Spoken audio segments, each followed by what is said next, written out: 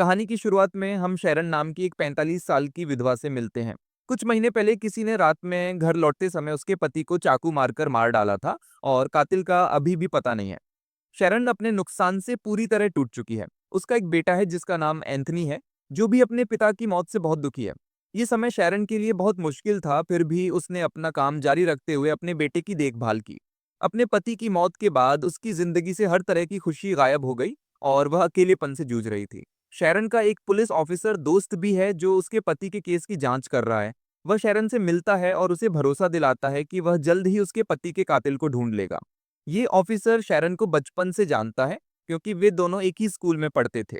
वह शैरन को पसंद करता है, लेकिन वह उसे सिर्फ एक अच्छा दोस्त मानती है। दूसरी ओर एंथनी कॉलेज में है, लेकिन वह वहाँ नया है और स्वभाव से थोड़ा शर्मीला भी है। इस वजह से वह दोस्त नहीं बना पाता है। एक लड़का एंथनी को परेशान करता है, लेकिन तभी डायलन नाम का एक लड़का जो 19 साल का है वहाँ आता है और उसे देखकर लड़का चला जाता है। डायलन दिखने में अट्रैक्टिव और स्मार्ट है और अपनी करिश्माई पर्सनैलिटी की वजह से लोग उसकी तरफ जल्दी अट्रैक्ट हो जाते हैं। वह कॉलेज में काफ़ी फेमस है। एंथनी कॉलेज में एक लड़की को देखता है जिससे वह बहुत समय से पसंद करता था, लेकिन उससे बात करने की हिम्मत कभी नहीं जुटा पाया। डायलन ये नोटिस करता है और उस लड़की के पास जाता है और उससे बात करता है। ओके, फिर वह उस लड़की को एंथनी से मिलवाता है। एंथनी को उससे बात करके अच्छा लगता है। कुछ देर बाद जब एंथनी लॉकर रूम में होता है तो डायलन वहां आता है। वह उसे पूछता है कि वह उसकी इतनी मदद क्यों कर रहा है, जिस पर डायलन जवाब देता है, मुझे पता चला कि तुम्हारे पिता अब नहीं रहे। मैं समझता हूँ कि बिना पिता के बड़ा होना कितना मुश्किल है। मेरे अपने पिता ने अपनी जान ले ली। अब मैं अपने चाचा के साथ रहता हूँ, इसलिए मैं तुम्हारा दर्द समझ सकता हूँ। धीरे धीरे दोनों अच्छे दोस्त बन जाते हैं। एक दिन एंथनी डायलन को अपनी कार में बिठाकर अपने घर ले आता है। एंथनी डायलन को अपनी माँ से मिलवाता है। चुके डायलन शैरन को अजीब नजरों से देखता है, जिसे शैरन भी नोटिस कर लेती है। फिर एंथनी अपनी माँ को बताता है कि उसने अपने घर पर एक पूल पार्टी रखी है, जहाँ उसके कई क्लासमेट आने वाले हैं। रात में एंथनी के घर पर उसके क्लासमेट पूल में मस्ती कर रहे हैं। डायलन भी वहाँ है और वह लड़की भी आई है जिसे एंथनी पसंद करता था। एंथनी और वह लड़की एक दूसरे से बातें करने लगते हैं। शैरन अपने पति की मौत के बाद पहली बार अपने बेटे को खुश देखती है। उसे खुश देखकर उसे अच्छा लगता है, लेकिन डायलन उसे अजीब नजरों से देख रहा है जिसका उसे कोई अंदाजा नहीं है। थोड़ी देर बाद डायलन पूल से बाहर आता है और बिना शर्ट पहने चुपके से घर के अंदर घुस जाता है और शैरन के कमरे में घुस जाता है। वहां वह एक टेबल पर रखी फैमिली फोटो को ध्यान से देखने लगता है। तभी शैरन अचानक कमरे में आ जाती है, जिसे देखकर डायलन हैरान रह जाता है। शैरन उससे पूछती है कि वह वहां क्या कर रहा है। डायलन बहाना बनाता है और कहता है कि उसे बाथरूम जाना था, लेकिन गलती से यहाँ आ गया।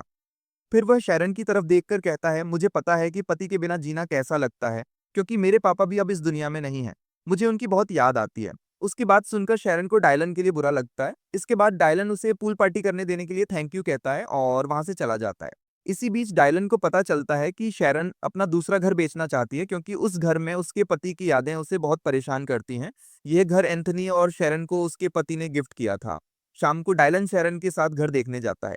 वहाँ डायलन शैरन को बताता है कि वह अपने अंकल के साथ रहता है और उसके अंकल एक घर खरीदना चाहते हैं। शैरन उसे घर दिखाना शुरू करती है और दोनों एक दूसरे से बातें करने लगते हैं। शैरन डायलन की तरफ अट्रैक्ट होने लगती है और डायलन भी यह नोटिस करता है। डायलन एंथनी को उस लड़की का नंबर भी देता है जो उसे बहुत पसंद थी। एंथनी को लगने लगता है कि उसे एक सच्चा दोस्त मिल गया है। अब डायलन का एंथनी के घर आना जाना बढ़ जाता है और शैरन भी उसके आने जाने से खुश रहती है। अगले दिन जब शैरन अपने ऑफिस में होती है तो उसे एक ईमेल मिलता है जिसमें उसके पुराने अफेयर के बारे में जानकारी होती है। ये देखकर शैरन डर जाती है। वह तुरंत अपनी ऑफिस सेक्रेटरी को इसके बारे में बताती है। उसकी सेक्रेटरी उसे सलाह देती है कि वह अपने पुलिस ऑफिसर दोस्त को इस बारे में बताए, क्योंकि उसे पहले भी ऐसे ईमेल मिलते रहे हैं। वे कुछ महीनों से मिल रहे हैं, लेकिन शैरन नहीं चाहती कि उसके पिछले अफेयर के बारे में किसी को पता चले, इसलिए वह अपने ऑफिसर दोस्त को कुछ नहीं बताती। इस बीच कॉलेज में डायलन एंथनी से कहता है कि उसे उस लड़की के साथ डेट पर जाना चाहिए। एंथनी हिम्मत करके लड़की को डिनर पर चलने के लिए कहता है और वह मान जाती है। रात में डायलन लड़की को अपनी कार में एंथनी के घर ले आता है। डायलन कार से बाहर निकलता है और एंथनी कार में बैठकर लड़की के साथ डेट पर चला जाता है। जाने से पहले वह कार देने के लिए डायलन को धन्यवाद देता है और डायलन एंथनी के वापस आने तक घर पर ही रहता है। शैरन और डायलन घर के अंदर बैठकर बातें कर रहे होते हैं। दोनों एक दूसरे से बहुत सी बातें शेयर करते हैं। शेरोन उसे बताती है कि उसे लगता है कि उसके पति ने कभी उसकी परवाह नहीं की। फिर डायलन उससे कहता है कि वह अपने पति की लिखी किताब फाड़ दे। शेरोन भी ऐसा ही करती है और उसे अच्छा लगता है। डायलन उससे बात करके उसे अकेला महसूस नहीं होने देता। ओके, कुछ देर बाद जब शेरोन नहा रही होती है तो उसे लगता है कि कोई उसे देख रहा है। शेरोन देखती है कि यह डायलन है, जिससे वह डर जाती है और पूछती है, तुम यहाँ क्या कर रहे हो? फिर डायलन बिना कुछ कहे अपने कपड़े उतार देता है, शेरोन के पास आता है और उसके करीब आने लगता है। शेरोन उसे रोकती नहीं है और दोनों एक दूसरे के करीब आ जाते हैं। एंथनी ने उस लड़की के साथ एक रेस्टोरेंट में डिनर किया। बाद में दोनों एक जगह कार रोकते हैं और किस करते हैं। फिर एंथनी लड़की को उसके घर छोड़ता है और अपने घर वापस आ जाता है। घर पर एंथनी डायलन से कहता है कि उसका दिन उस लड़की के साथ अच्छा बीता। फिर डायलन अपनी कार लेकर घर चला जाता है। डायलन का घर छोटा है और उसका लाइफ स्टाइल बस दिखावा है। वह एक कार भी उधार लेता है। उस यहाँ पता चलता है कि डायलन ही वह है जिसने शेरन को वे मेल भेजे थे और वह उसे लेटर भी भेजता था। एंथनी का दोस्त बनना भी उसके बड़े प्लान का हिस्सा था, जिसका वह बहुत समय से इंतजार कर रहा था। अगले दिन कॉलेज में वही लड़का लड़की को छेड़ता है और कहता है, तुम एंथनी को डेट कर रही हो? लड़की जवाब नहीं देती। फिर लड़का कहता है, एंथनी का दोस्त एलन अच्छा लड़का नहीं है।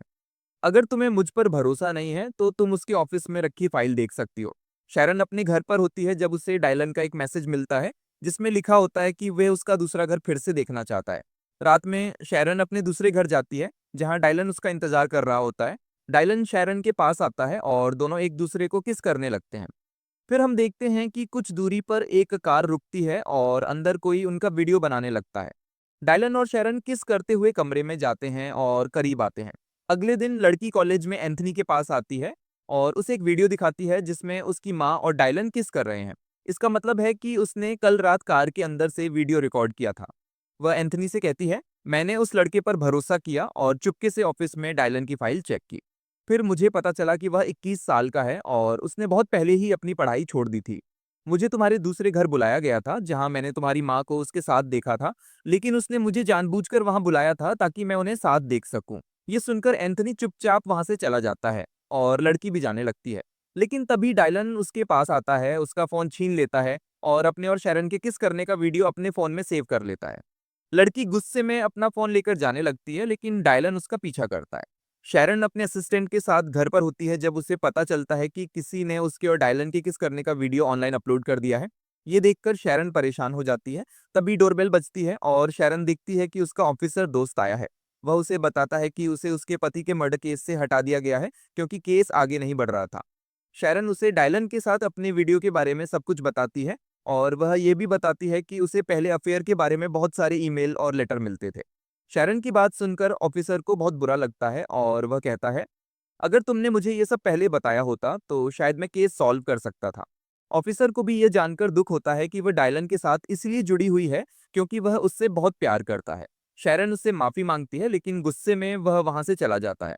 एंथनी घर में अकेला होता है जब उसे अपनी गर्लफ्रेंड का मैसेज आता है और वह उसे डायलन के घर बुलाती है। एंथनी अपनी साइकिल पर निकल जाता है और डायलन के घर पहुंचकर कॉल करने लगता है, लेकिन घर लॉक होता है। तभी डायलन पीछे से आता है, एंथनी पर हमला करता है और उसे बेहोश कर देता है। असल में डायलन ने एंथनी को उसकी गर्लफ्रेंड के फोन से मैसेज किया था। फिर वह उसी फोन से शैरन को मैसेज भेजता है और लिखता है कि एंथनी आज रात उसके घर पर रुकेगा। कुछ देर बाद शैरन को एक मेल मिलता है जो उसी अकाउंट से भेजा गया था। शैरन को पहले भी उसके मेल आते थे। मेल में शैरन को उसके दूसरे घर पर मिलने के लिए बुलाया जाता है। शैरन ये बात अपनी ऑफिसर दोस्त को भी बताती है और रात में दूसरे घर पहुंचने के लिए कार लेती है। वहां वो प्रोजेक्टर पर एक वीडियो चलता हुआ देखती है। तभी डायलन पीछे से आता है। असल में शैरन का एक बार एक आदमी के साथ अफेयर था और वह आदमी डायलन का पिता था। लेकिन जब सबको उनके अफेयर के बारे में पता चला तो डायलन के पिता ने शर्म के मारे खुद को मार डाला। इसके बाद डायलन की माँ भी ओवरडोज से मर गई, जिससे डायलन बिल्कुल अकेला रह गया। डायलन ने इसके लिए शैरन को जिम्मेदार माना, इसलिए उसने एंथनी से दोस्ती की और शैरन के करीब आ गया ताकि वह उससे बदला ले सके। इसके बाद डायलन एक चाकू निकालता है और उससे कहता है, इसी चाकू से मैंने तुम्हारे पति को मारा है और यह वही चाकू है जिससे मेरे पिता ने खुद को मार डाला। शैरन बहुत डर जाती है, लेकिन डायलन उसके हाथ में चाकू दे देता है और कहता है, तुम्हें भी अपनी जान लेनी होगी जैसे मेरे पिता ने ली थी। वह आगे कहता है, मैंने एंथनी को पकड़ लिया है और अगर तुमने नहीं मारा तो मैं उसे मार दूंगी। शैरन डायलन की बात नहीं सुनती और चाकू से उसके पैर पर हमला करके भागने लगती है। तभी ऑफिसर वहां पहुंच जाता है। शैरन उसे पूरी सच्चाई बता देती है।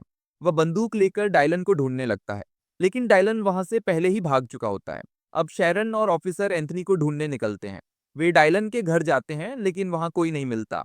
फिर वे पास के जंगल में उसे ढूंढने लगते हैं। उसी जंगल में एंथनी और लड़की एक पेड़ से बंधे होते हैं। काफी कोशिश के बाद वे रस्सी खींचकर खुद को खोलते हैं, इस बीच शेरन और ऑफिसर भी जंगल में आगे बढ़ते रहते हैं, लेकिन ऑफिसर थकने की वजह से रुक जाता है। अचानक डायलन पीछे से आता है और उस पर चाकू से हमला कर देता है, जिससे वह घायल होकर गिर जाता है। डायलन उससे बंदूक लेकर शेरन पर तान देता है। फिर एंथनी बीच में आ जाता है। डायलन गुस्से में कहता है, चले जाओ, मेरे पिता की मौत के लिए तुम्हारी माँ जिम्मेदार है। फिर लड़की पीछे से डायलन पर हमला करती है। अब सब डायलन से लड़ने लगते हैं। शेरन डायलन के सिर पर बंदूक से वार करती है और उसे बेहोश कर देती है। वह उसे गोली मारने ही वाली होती है, लेकिन एंथनी उसे रोक देता है और कहता है कि कानून उसे सजा देगा। शेरन एंथनी की बात मान जाती है। कुछ महीनों बाद उसे अपने ऑफिसर दोस्त को डेट करते हुए दिखाया जाता है, जबकि एंथनी ने अपनी माँ को माफ कर दिया है और उनका रिश्ता फिर से बेहतर हो रहा है और फिल्म यहीं खत्म होती है। मुझे उम्मीद है कि आपको ये कहानी पसंद आई होगी। वीडियो को लाइक करना और चैनल को सब्सक्राइब करना ना भूलें। अगले वीडियो में मिलते हैं।